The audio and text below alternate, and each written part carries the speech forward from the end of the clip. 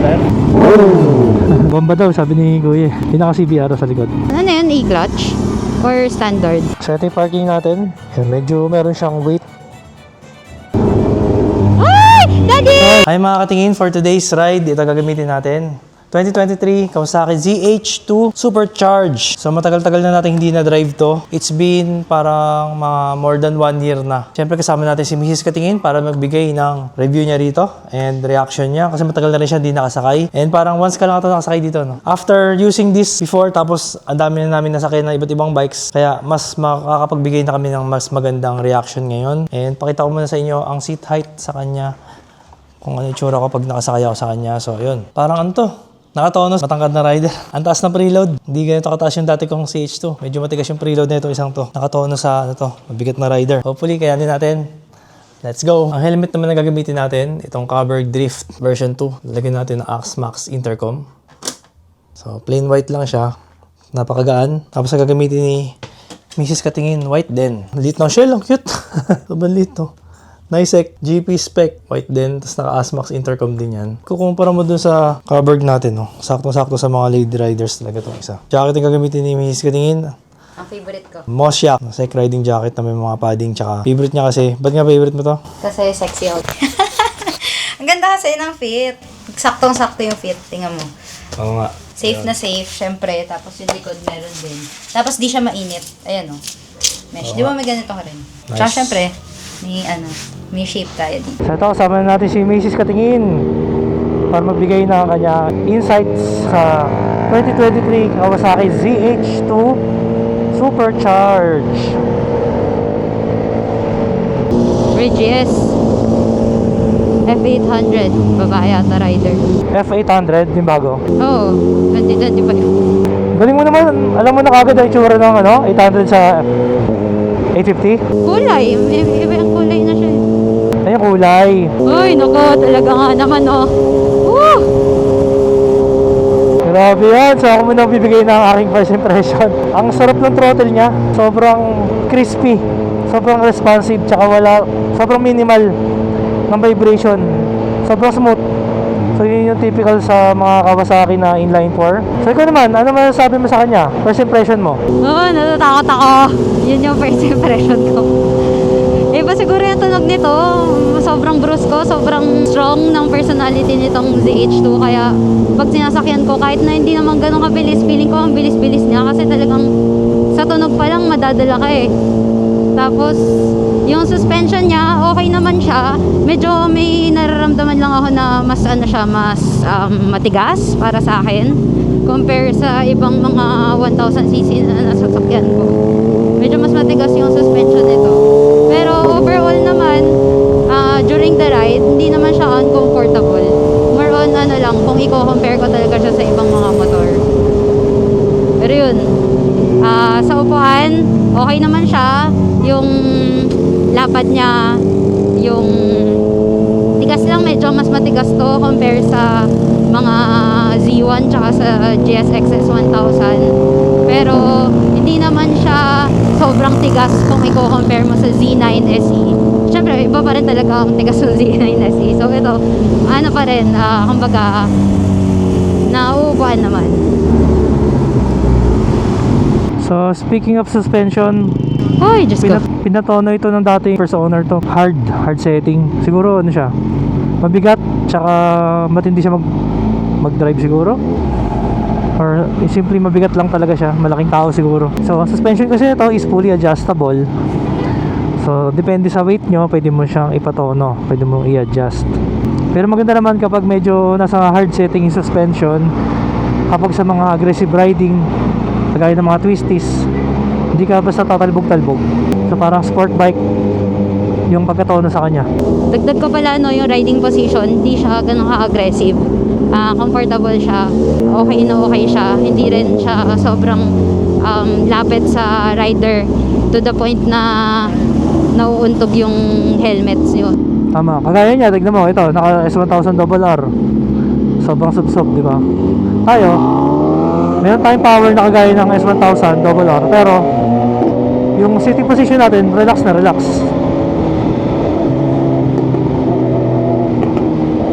Sa Katingin Bikes, Meron kasi akong mga nakausap ng mga buyers na gusto nila ng H2.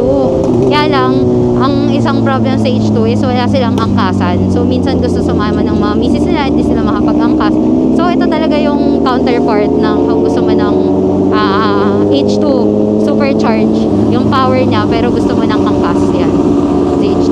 Totoo kasi dito para kang naka superbike or para kang naka H2 sa power, pero pwede ka mag-angkas, tsaka pwede mo pang daily, hindi ka pagod kasi kahit pa paano naka-upright riding position ka, pero hindi siya sobrang upright, medyo naka-lean ka ng konti forward, konti lang naman kasi sinadya talaga ni Kawasaki yun para talagang pagpiga mo hindi ka mahulog, hindi ka hatake ng gano'n kasi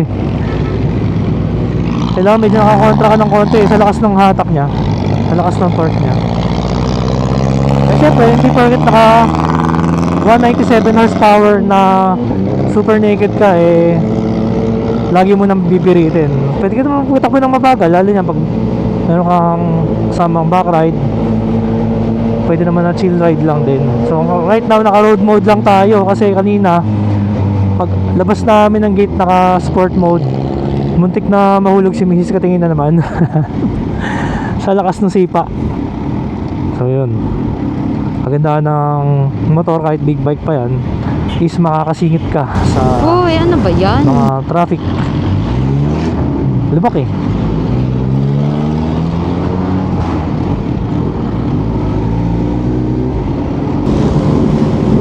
Dito lang tayo. Ay, kinakabahan naman ako. Ay.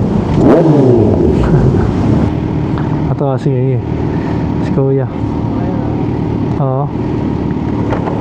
Yes, siguro sa C1000 there. Kuya ni C1000.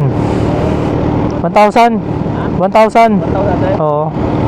Pero naka supercharge. Wala marami ng bago, no? Oo. Si Kuya.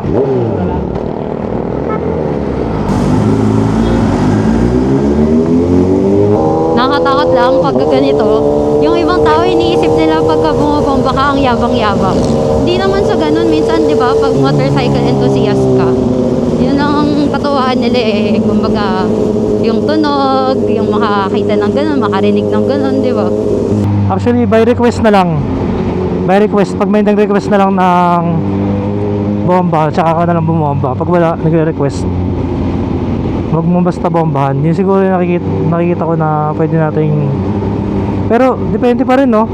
Kasi mamaya nasa ano ka, looban, residential area, tahimik, sa alanganing oras, bila kang may nag-request na bata, huwag mo na rin sigurong bombahan, or siguro pwede mong bigyan na mahinang ano lang, blip, parang gano'n lang, oh. Kasi meron naman bomba na mahina, meron bomba na todo, so depende yun. So kanina mahinang bomba lang ginawa ko kasi nakakaya lakas nito eh. Kaya ako kinakabahan ako tuwing bubomba kasi baka isipin ng mga tao, yabang-yabang naman ito. Kaya nga, pag tinodo natin baka magulat siya eh. Magulat sila lahat eh, sa lakas eh. Sabihin nagyayabang to ah. Iba na kasi panahon ngayon, hindi na kagaya dati, no? Nung konti pa lang ang big bike. Ngayon, baka masira na yung image nating mga big bikers kapag masyado tayong ano, aggressive sa rev bombing. Parang unethical na talaga siya. Actually, noon pa man, never naman naging ethical lang pagre-rev bomb. So, May CBR 650R oh. CBR 650R ba yan?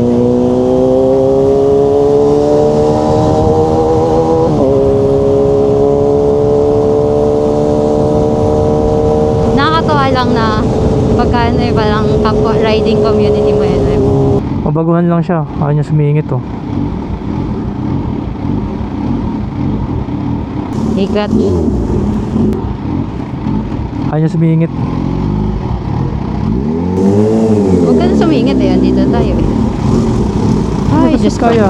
Sige tayo, basta kaya. Hanggang kaya lang. Pag di na kaya, siyempre stop na. Buti pa siya mabait, no? Yun ang tama. Uy. So maganda rito, Ay. lahat ng meron yung mga flagship na big bike na electronics, meron din siya. Kaya pag ito yung motor mo, endgame na, sabi nila. Kasi lahat na nandito na eh. Wala nang hanapin. Tapos kapag pinarimap mo to, ma-unlock pa yung power niya. Kasi naka-restricted to eh. From the factory, restricted siya ng sobra. Kasi nga dapat delikado pag sobrang lakas ng ano mo, ng power mo. Supercharge nga kasi.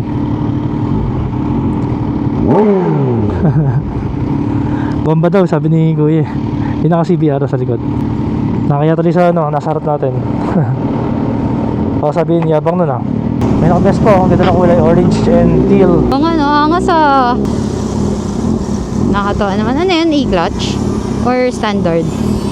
Hindi mo masabi no? Yung clutch, kasi di siya nagka-clutch eh. Pakita mo yung kamay niya sa kaliwa. Hindi siya pumipigay eh. Okay. Yung clutch yun.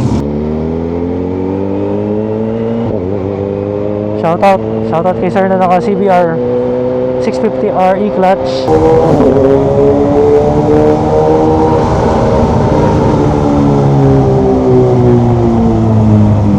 Kaya lang, ewan ko lang kung kasya tayo dyan. Try natin. Sa mga katingin dyan, baka may ma-request kayo kung saan kami pwede. Suggest. Suggest pala. Kung saan kami pwede kumain. Hindi, Parang kasya bababa na naman. muna ako. Bababa na Hindi, muna. nakanin eh. Pwede Sige rin na. sa kabila, oh. Saan kabila? Ano? Baba Okay na na. ako? Hindi na, Hindi sige na. maabot eh. Ano ba? Grabe Sige naman. na. Sige na, bababa. LG Sige, Moto to. hindi. Ha? Sige, baba. Sige, hindi. Hindi na. Sabihin mo, hindi na. Hindi, sige na. Hindi na. Sige na, hindi na. Sige na, bababa eh. Oops. Okay na. Hindi kasya. Okay na. Kinakabahan na ako. Hindi masyadong gutom si Mrs. Katingin. Ito yung mga in-order niya. Beef tendon, mami. Tokwa at baboy. Sisig. Lumpia. Beef tendon pares. Dito tayo sa Goto Tendon. Baka naman, Goto Tendon. Well past 3 PM na. At wala pa akong kain ngayong araw. Kaya ito, let's go. Simulan na natin. At ito may humabol pa. Bone marrow. So tikman natin. Kahit di ako mahilig sa bone marrow. Sino sa inyo, sino ba sa inyo mahilig sa mga bone marrow tsaka pares? Comment down below. Kung meron kayong masuggest sa amin kung saan pa masarap kumain, mag food trip, try namin yan next week. So ito yung parking natin. Yan, medyo meron siyang weight.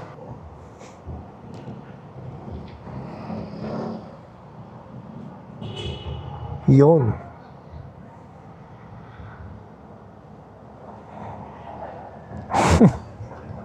Na may bike.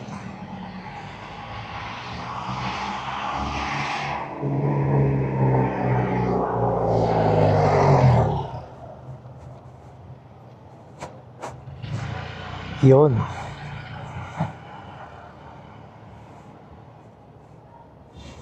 So ganun lang, kailangan buo ang loob mo. Huwag kang kabahan. Okay. Bomba na eh. Namiss ko maghalo-halo eh. Kasi everyday tayong diet. So ngayon, cheat day tayo ngayon. Ay puno. Yun. Marami palang klase oh. Meron pang ano, mango classic, may mango graham, banana, cinnamon, konyelo. Dami, may strawberry pa, tsaka blueberry. Tsaka melon, halo kay ube, buko pandan. So di tayo, bebangs, halo-halo. Kaso ang problema dito, sa bebangs halo-halo, parang 4 lang ang pwedeng upo sa gilid. Sa bahay natin kainin. Total, maganda naman yung weather ngayon, di naman mainit. Hopefully, pagdating natin, okay pa yung halo-halo natin. Sana meron pang yelo kahit paano. Very good weather oh. Makulimlim, para tayong nasa Tagaytay ngayon. Kasi February, medyo malamig-lamig pa. Pagdating ng summer, pang April, ayan, mainit na. Samantalahin natin, sarap mag-ride ngayon. So kung may time kayo mag-ride kayo na mag-ride habang malamig pa. So para di tayo nagmamadali at meron tayong peace of mind, bumili na rin tayo ng bebang thermal bag. Para sigurado, pag uwi natin, may maabutan pang yelo sa bahay. Kaya, Salamat, sir.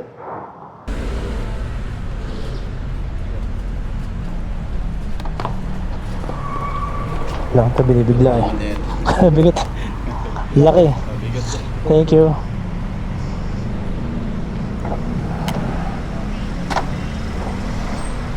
Tara. Hawakan ko muna. Yan. Okay. Okay, hawak. Yan.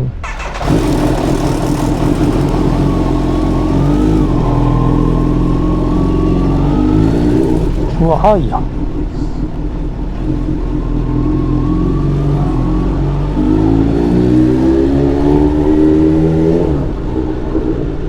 maluwag ng kalsada. Pag Sunday, sarap.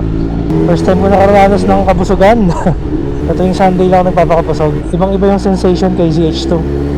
Talagang ramdam mo ng only speed. Only piga.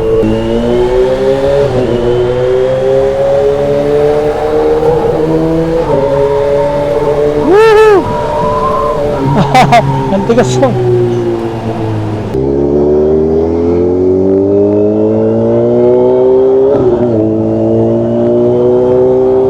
Kamusta pakiramdam na may dalang halo-halo? Nakakatakot kasi feeling ko nito yung masisira eh. Intimidate yung tunog nitong ZH2. Masyado siyang talagang inline 4 na pangmalakasan. Kaya pagka ito yung dala mo, talagang maramdaman mo na grabe tong tunog na to, parang nakakatakot ganun. Partida, no? Pigil na pigil pa yung takbo natin, no? May sarili siyang identity. May sarili siyang tunog. Actually, para din siyang H2 yung tunog niya. Ganito tunog na H2 eh. Although, mas wild lang no konti si H2. Pero malapit. Kasi actually, same engine naman sila. Para sa supercharge. So, magkalapit talaga yung tunog. Which is napakasarap sa tenga. Sa paramdam. Nakakabuhay ng dugo, no?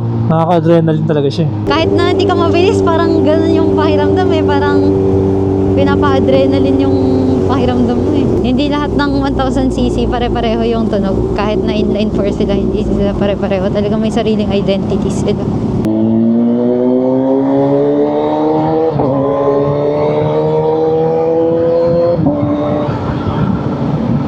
Para maisip yung kalsada kay ZH2.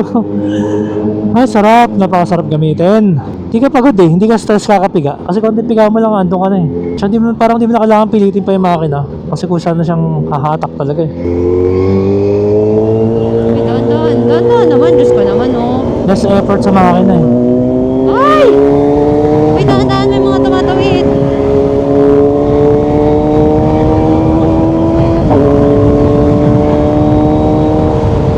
Gusto yung halo-halo natin, okay pa?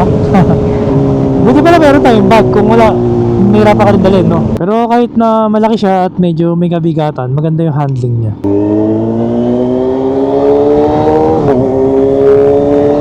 Talaga, oo.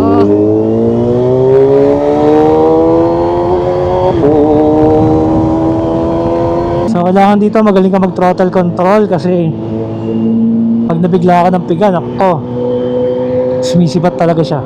Or siguro pwede ka mag rain mode kung di ka kampante. Sa road mode, pwede mo palagay sa rain para talaga mabuwasan pa yung power niya. Ay, Diyos ko talaga nga naman oh. Sarap bumiyahe, no? Walang traffic. Sana laging ganito. Actually, parang ang ganda rin ng motor mo na may tunog. Parang meron rin siyang importance. Kasi kunyari, pagka dadaan ka, at least alam ng mga kotse na may padating. Kasi pag tahimik, di ba? Tama. Hindi naman porket maingay nakaka-perwisyo ka. Kahit paano, may konting tulong din naman talaga. Benefits. Pag stock, wala eh. Hindi ka mapapansin eh. Masarapan ng motor, kahit big bike ka pa. Makakasingit ka pa rin kapag traffic. So yan, makakapunta ka sa harapan ng stoplight. Ay, Diyos ko.